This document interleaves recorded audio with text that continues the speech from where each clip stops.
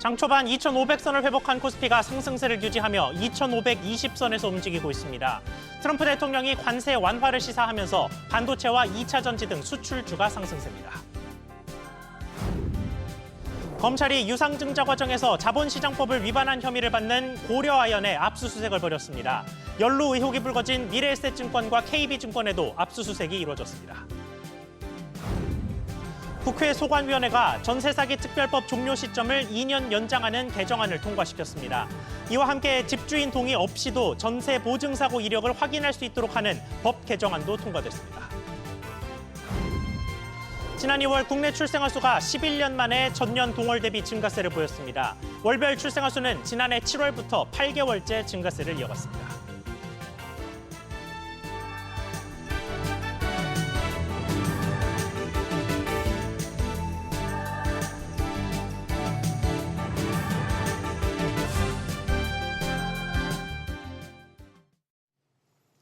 여러분 안녕하십니까?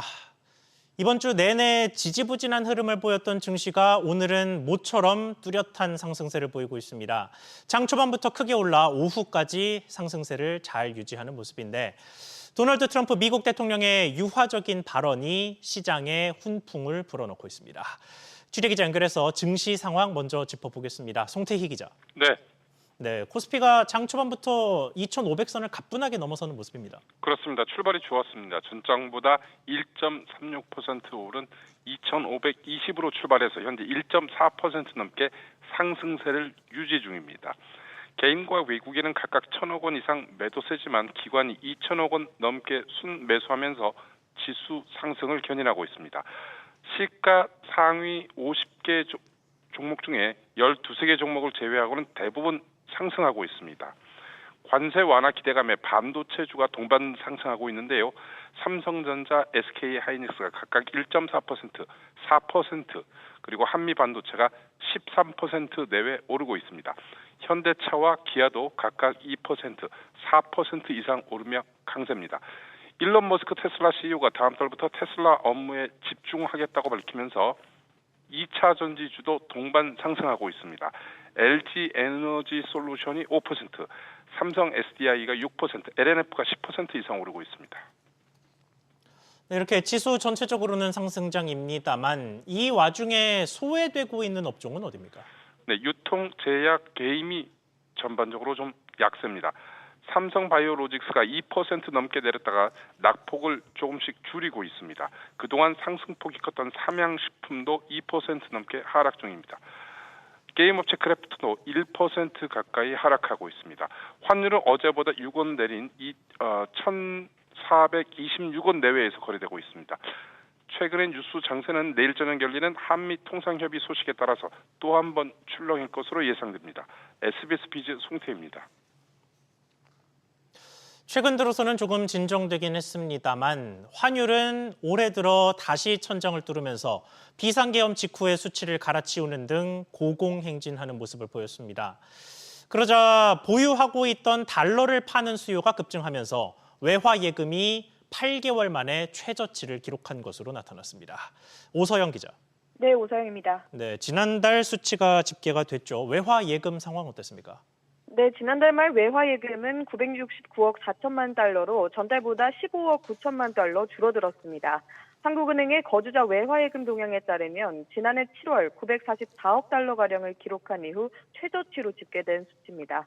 달러가 14억 2천만 달러 빠졌는데요. 한은은 달러화 예금은 해외 직접 투자와 수입 결제 대금 지급 등으로 기업 예금이 주로 감소했다고 설명했습니다. 유로화도 5천만 달러 감소했고 엔화는 1억 1천만 달러 늘었습니다. 유로화의 경우 유로 원 환율 상승에 따른 거주자 차익 실현으로 빠졌고요. 엔화는 일부 기업의 엔화 수령 배당금의 일시 예치 등으로 소폭 증가했습니다. 네, 그런데 이번 달 들어서는 달러 예금이 다시 늘어나는 분위기도 보인다면서요? 그렇습니다. 이달 들어 달러가 휘청이면서 달러 예금이 다시 증가세를 보이고 있습니다. 도널드 트럼프 미국 대통령의 관세 정책에 따라 인플레이션과 경기 침체 우려가 커지면서 달러 가치가 하락하자 투자자들이 저가 매수에 나섰다는 분석입니다. 실제 5대 은행의 지난 17일 기준 달러 예금 잔액은 607억 4천만 달러로 지난달 말보다 4.7% 증가한 수준으로 집계됐습니다. 오대은행의 달러예금 잔액은 최근 17일까지 불과 5거래일 만에 40억 달러 넘게 다시 증가한 모습인데요. 환율 영향이 큽니다. 미국 상호관세가 발효된 지난 9일 주간 거래 종가 기준으로 환율은 1,484원으로 금융위기 때인 2009년 이후 16년 만에 최고치를 경신했습니다. 이후 또 하락하는 등 환율이 계속해서 등락을 거듭하고 있어 외화예금을 사고 파는 분위기는 당분간 지속될 것으로 보입니다. SBS 비즈 오서영입니다. 2조 5천억 원 규모의 기습 유상증자를 발표한 고려아연에 대해 검찰이 강제 수사에 착수했습니다. 검찰은 해당 의혹과 관련해서 유상증자 주관사인 미래에셋증권과 KB증권을 추가로 압수수색했습니다. 취재기자 연결해 보겠습니다. 신다미 기자, 결국은 이 의혹에 검찰까지 나섰습니다. 네, 서울 남부지검 금융증권범죄합수부는 고려아연과 미래에셋증권, KB증권에 대해 동시 압수수색에 들어갔습니다. 검찰은 고려아연 본사와 두 증권사 등 총 사무실 6곳과 관계자 주거지 5곳에 검사와 수사관을 보내 PC와 서류 등 증거물을 확보 중인데요. 경영 분쟁이 발생한 이후 고려아연에 대한 압수수색은 이번이 처음입니다. 고려아연은 지난해 2조 5천억 원 규모의 유상증자를 결정하는 과정에서 자본시장법을 위반했는지 조사를 받고 있습니다. 네, 앞서 해당 사건 조사를 시작했던 금융감독원 움직임도 전해주시죠. 네, 금융감독원은 고려아연이 자사주 공개 매수가 끝나기 전에 유상증자를 계획했음에도 이를 제대로 공시하지 않았다며 공개 매수 신고서 허위 기재와 부정거래 의혹을 제기했습니다. 또 고려아연의 자사주 공개 매수 주관사이자 유상증자 모집 주선인인 미래에셋증권과 KB증권에 대해서도 공개 매수 유상증자 과정에서 적절한 검토를 거쳤는지 불공정 거래 행위가 있었는지 등에 대해 확인했는데요. 이후 금감원 조사 결과 실제로 공개 매수 종료 전 미래에셋증권이 유상증자와 관련해 실사에 착수한 정황이 드러났습니다. 이에 금감원은 지난 1월 고려아연의 경영권 분쟁 과정에서 이뤄진 유상증자와 관련해 부정거래에 해당한다고 보고 사건을 검찰에 이첩했습니다. SBS 비즈 신다입니다. 우리 사회를 크게 뒤흔든 전세 사기 피해자를 지원하는 특별법의 유효 기간이 2년 연장됩니다. 또 사기가 발생하는 것 자체를 막기 위한 법 개정안도 역시 소관위원회 문턱을 넘었습니다. 최지수 기자. 네, 최지수입니다. 네, 그러면 특별법의 종료 시점이 언제까지로 늘어나는 겁니까? 국회 국토교통위원회는 전체 회의에서 특별법 종료 시점을 다음 달 31일에서 2027년 5월 31일로 연장하는 개정안을 통과시켰습니다. 특별법 유효 기간은 늘어나지만 올해 5월 31일까지 최초 계약을 체결한 세입자까지만 특별법을 적용받을 수 있습니다. 전세 사기 특별법은 사기 피해자의 주거 안정을 위해 시행된 한지법인데요. 시행 종료를 앞두고 피해자 구제가 더 필요하다는 논의에 여야 모두 공감하고 있어 이르면 다음 달 본회의도 무난하게 통과할 것으로 보입니다. 특별법은 LH가 피해주택을 경매로 매입하면서 발생하는 차익을 피해자에게 지급하거나 임대료에서 빼주고 있습니다. 보완 입법 논의도 나오고 있는데요. 피해자 대책위원회는 경매 차익이 적은 피해자에게 최소 보증금의 30%는 보장해줘야 한다고 주장하고 있습니다. 네, 그리고 이번 전체 회의에서 또 통과된 게 있죠. 집주인의 허락이 없어도 전세 사고 관련 문제를 조회할 수 있게 될 것으로 보이죠. 네, 그렇습니다. 세입자가 요청하면 집주인 동의 없이도 전세 보증 사고 이력을 확인할 수 있게 하는 주택도시기금법 개정안도 전체 회의를 통과했습니다. 정부는 사기 방지를 위해 안심전세 앱에서 임대인의 보증사고 이력, 악성 임대인 여부를 공개하고 있는데요. 세입자가 임대인에게 정보 조회를 요청하고 임대인이 동의할 때만 가능해 실효성이 떨어졌습니다. 이번 개정안은 집주인 허락 없이도 주택도시보증공사 허그가 세입자에게 각종 보증 정보를 제공하는 내용을 담고 있습니다. 따라서 임대인의 보유 주택수와 전세 보증보험 가입 건수, 보증사고 이력, 보증 가입 금지 대상 여부 등을 확인할 수 있게 됩니다. 이번 개정안은 이르면 다음 달 본회의를 통과해 법 공포 후 6개월 뒤부터 시행될 예정입니다. SBS 비즈 최지수입니다. 이어서 우리 경제 근간이 흔들리는 상황 짚어보겠습니다. 지난해부터 작은 희망이 생긴 출생아 수의 증가세가 2월에도 이어진 것으로 집계됐습니다. 다만 아직은 인구 감소를 뒤집기에는 역부족인데 이런 상황에서 고령화가 소비 위축과도 연관돼 있다는 연구 결과가 나왔습니다. 하나하나 짚어보겠습니다. 이한나 기자. 네, 이한나입니다. 네, 일단 출생아 소식부터 보죠.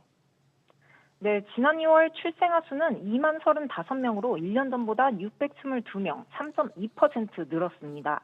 2월 기준으로 출생아가 전년보다 늘어난 건 2014년 이후 11년 만입니다. 월별 출생아는 작년 7월부터 8개월째 증가세인데요. 통계청 관계자는 혼인 증가 등 영향으로 출생아 증가세가 이어지고 있다며 출생아 증가세가 더 이어질 수 있다고 말했습니다. 혼인 건수는 2월 기준 8년 만에 가장 많이 늘었고 11개월 연속 증가세가 이어졌습니다. 다만 사망자 수가 출생아 수를 웃돌면서 2월 인구는 1,248명 자연 감소했는데요. 인구는 2019년 11월 이후 64개월째 자연 감소 중입니다. 네, 자연 감소는 곧 고령화를 의미하는 건데 고령화가 소비에도 영향을 준다면서요? 네, 그렇습니다. 기대 수명 증가가 소비 성향을 낮추는 주요 요인으로 작용하고 있다는 분석이 나왔습니다. 한국개발연구원 KDI의 보고서에 따르면 지난 20년간 우리나라 기대 수명이 77.8세에서 84.3세로 약 6.5세 증가했는데요. 같은 기간 평균 소비 성향이 52.1%에서 48.5%로 3.6%포인트 하락했습니다. 이런 소비 성향 하락은 은퇴 이후 길어진 여생에 대비한 저축 동기 강화와 관련이 있습니다. 다만 보고서는 앞으로 기대 수명 증가세가 둔화하고 자산을 축적한 75세 이상 초고령층 인구 비중이 늘면서 소비 성향이 다시 올라갈 가능성을 제기했는데요. 보고서는 2030년대 중반부터 소비 성향이 점차 반등할 것으로 추정된다며 이에 따라 민간 소비 증가세가 경제 성장률을 하회하는 현상도 점차 완화될 것이라고 전망했습니다. SBS 비즈 이한나입니다. 또 다른 주요 경제 주체인 기업들의 경기 전망은 좀처럼 회복될 기미가 보이지 않고 있습니다. 다음 달 전망까지 부정적인 것으로 나타나면서 역대 최장 기간인 3년 내내 부정적인 상태가 이어졌습니다. 박연신 기자, 기업 심리 조사 결과 전해주시죠. 한국경제인협회가 매출액 기준 600대 기업을 대상으로 5월 기업 경기 실사지수 BSI 전망치를 조사한 결과 기준치인 100보다 낮은 85로 집계됐습니다. 수치가 100보다 낮으면 전월보다 경기 전망이 부정적인 것을 의미하는데요. BSI 전망치는 지난 2022년 4월 99.1을 기록한 이후 36개월 연속 기준치를 하회하며 역대 최장기 연속 부진을 보이고 있습니다. 특히 글로벌 관세와 환율 등 주요 가격 변수의 변동성 확대로 이달보다 3포인트 떨어지면서 2달 연속 하락세를 보였습니다. 네, 좀 더 자세히 짚어보면 업종별로는 어떻게 나왔습니까? 우리 경제를 이끄는 제조업은 79.2로 지난 2020년 8월 이후 4년 9개월 만에 최저치를 기록했는데요. 이에 대해 한경협은 석유화학과 철강 등 주력 산업의 경영 악화가 장기화하는 과정에서 글로벌 통상 리스크가 커져 제조업 기업 심리가 위축되고 있다고 분석했습니다. 비제조업도 90.8을 기록하며 제조업과 함께 기준치를 밑돌았는데요. 여가, 숙박, 외식과 운수, 창고 업황을 제외한 나머지 5개 업종의 부정적 심리가 우세한 겁니다. 조사 부문별 BSI도 다음 달 모든 부문 부정적으로 전망돼 내수와 수출, 투자가 11개월 연속 동반 부진한 모습을 보였고요. 수출 BSI의 경우 미국의 관세부가 계획 발표 등으로 인한 글로벌 불확실성 확대로 지난 2020년 9월 이후 첫 90선을 밑돌았습니다. SBS 비즈 박연신입니다. 소비자 심리의 부진도 이어졌습니다. 한국은행에 따르면 이번 달 소비자 심리 지수는 93.8로 전달보다 0.4포인트 올랐지만 긍정과 부정을 가르는 100보다 낮았고 비상계엄 이전인 11월에 100.7보다도 낮았습니다. 반면 1년 후 주택가격이 더 오를 것으로 예상하는 소비자가 늘어나면서 주택가격 전망지수는 3포인트 상승한 108로 최근 5개월 만에 가장 높았습니다. 다음 소식입니다. 국세청이 지난해 근로소득에 따라 상환 의무가 발생한 학자금 대출자 20만 명에게 의무 상환액을 통지했습니다. 현재 직장을 다니고 있는지에 따라 상환법이 달라져서 꼼꼼히 살펴보셔야겠습니다. 자세히 알아보겠습니다. 엄하은 기자.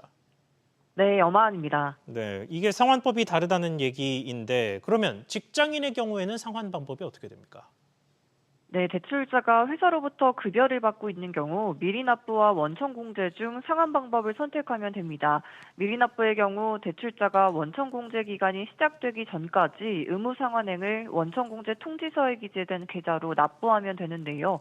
6월 30일까지 한 번에 전액을 납부하거나 6월 30일과 11월 30일에 걸쳐 반액씩 납부할 수 있습니다.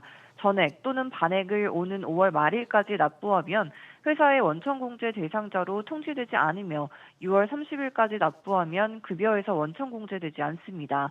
원천공제 방법을 택할 경우 대출자를 고용한 회사에서 매월 급여를 지급할 때 의무상환액의 12분의 1씩을 원천공제에 납부합니다.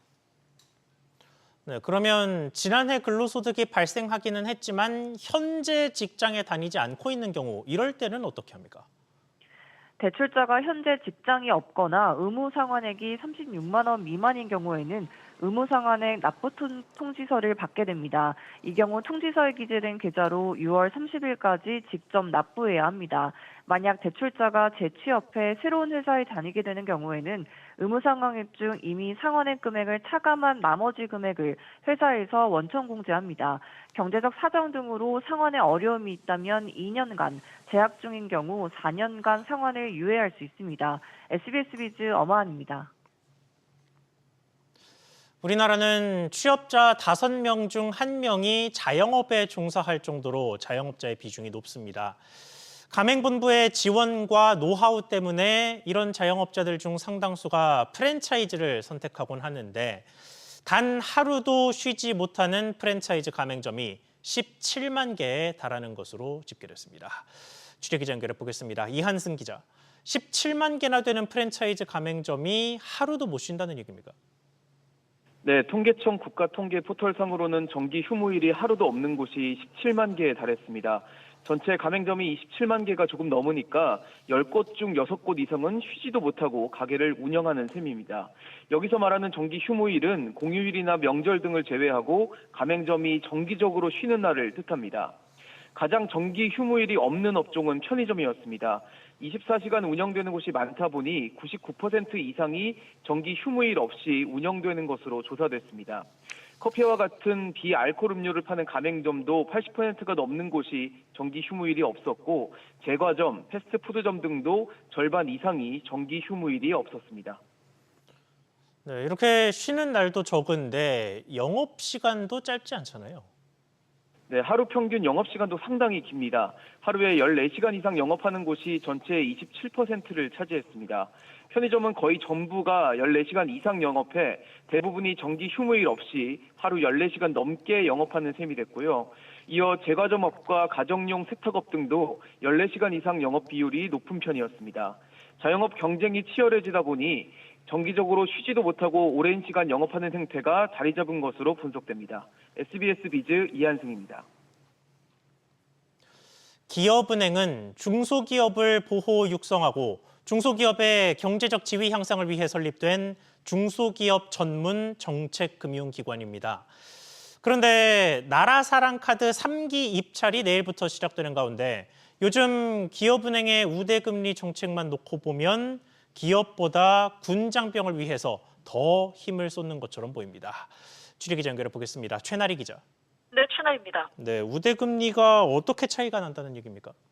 네, 기업은행은 오는 28일부터 초기 창업기업을 위한 내사업 처음 통장의 우대금리를 1.9%로 낮추기로 했습니다. 이 상품은 2023년 말 출시 당시 최고 연 3%, 우대금리는 2.9%로 파격적인 금리 혜택을 주는 입출식 예금 상품, 파킹 통장이었는데요. 지난해 9월에 이어 이달 우대금리를 각각 0.5%포인트씩 잇따라 낮춘 겁니다. 그런데 창업기업 우대금리 인하 직전 나온 군장병 우대 보통예금 상품의 우대금리가 2.4%입니다. 통상 파킹 통장이 보통예금보다 금리가 높은 편인데 그럼에도 군장병을 위한 보통예금 금리가 창업기업보다 더 높게 책정됐습니다. 네, 이게 기업은행이 아니더라도 다소 의아한 금리 결정인데 왜 군장병 우대금리가 더 높게 잡힌 겁니까? 네, 아무래도 내일부터 입찰이 시작되는 군장병 대상의 나라사랑카드 사업 경쟁 때문인 것으로 풀이됩니다. 기업은행은 KB국민은행과 함께 2015년부터 약 10년 동안 나라사랑 카드 2기 사업자였는데 올해 말 사업 기간이 종료됩니다. 이번 3기 사업자에는 기업은행을 비롯해 국민, 신한, 하나, 우리은행 등 4개 시중은행이 경쟁할 전망입니다. 선정이 되면 연간 20만 명의 군인 고객 확보가 미래 고객으로 이어지는 만큼 공격적 마케팅이 벌어지고 있습니다. 다만 경쟁 과열 영향에 그러지 않아도 경기가 악화된 중소기업 혜택이 위축되지 않을까 우려가 나오고 있습니다. 기업은행 관계자는 한 번에 낮추다 보니 인하폭이 커 보일 뿐 이달 1만 자 판매 한도를 늘리면서 낮아진 시장 금리를 반영한 것이라며 군장병 상품과는 금액 구간이 다른 영향으로 별개의 것으로 봐달라고 설명했습니다. 아울러 무엇보다 유동성이 중요한 중소기업의 대출 순증 규모가 1분기에만 6.4조 원에 달할 정도로 최고 수준이라고 강조했습니다. SBS 비즈 최나리입니다. 국제통화기금 IMF가 올해 우리 경제 성장률 전망치를 기존의 절반으로 대폭 낮췄습니다. 기획재정부에 따르면 IMF는 미국의 관세 부과 등 영향으로 올해 우리 경제 성장률이 1%에 그칠 것으로 전망해 기존 2% 전망을 크게 내렸습니다. 전 세계 성장률은 3.3%에서 2.8%로 낮췄고 미국도 2.7%에서 1.8%로 1%포인트 가까이 떨어졌습니다. 금융당국의 삼부토건 주가 조작 의혹 조사가 마무리 수순에 접어들었습니다. 금융위원회 산하 증권선물위원회는 정례회의를 열고 삼부토건 주가 조작 의혹의 핵심 관계자들을 자본시장법상 부정거래 등의 혐의로 검찰에 고발하는 안을 의결합니다. 이번 의혹에는 도이치모터스 주가 조작 사건의 핵심 인물인 이종호 전 블랙펄 인베스트 대표도 연루된 바 있습니다.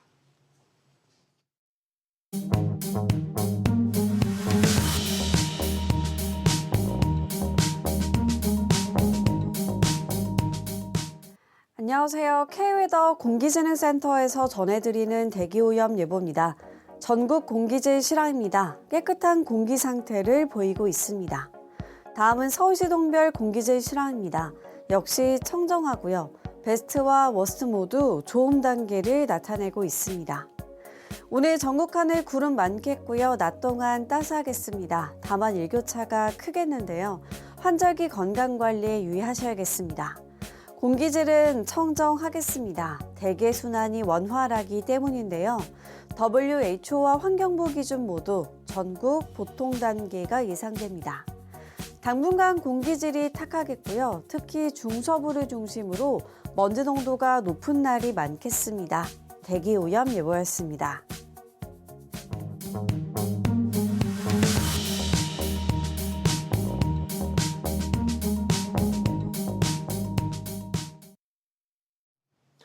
뉴스 마치겠습니다. 시청해주셔서 고맙습니다.